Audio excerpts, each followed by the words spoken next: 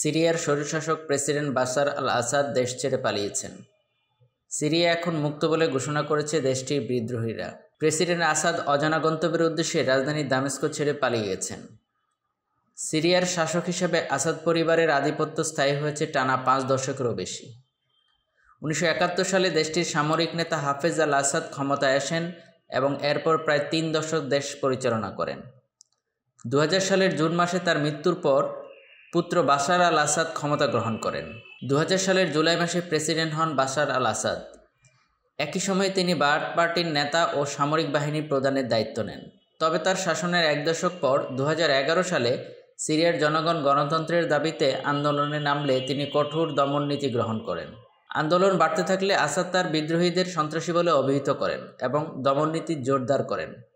এর ফলে দেশটি গৃহযুদ্ধে জড়িয়ে পড়ে। এই যুদ্ধে লাখ লাখ মানুষ নিহত হন।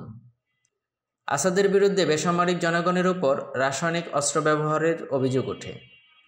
যুদ্ধ চলাকালীন সরকার নিয়ন্ত্রিত অঞ্চলে নির্বাচন আয়োজন করেন বাশার আল আসাদ। তবে এই নির্বাচন অনেকের কাছে অগণতান্ত্রিক বলে বিবেচিত হয়েছে।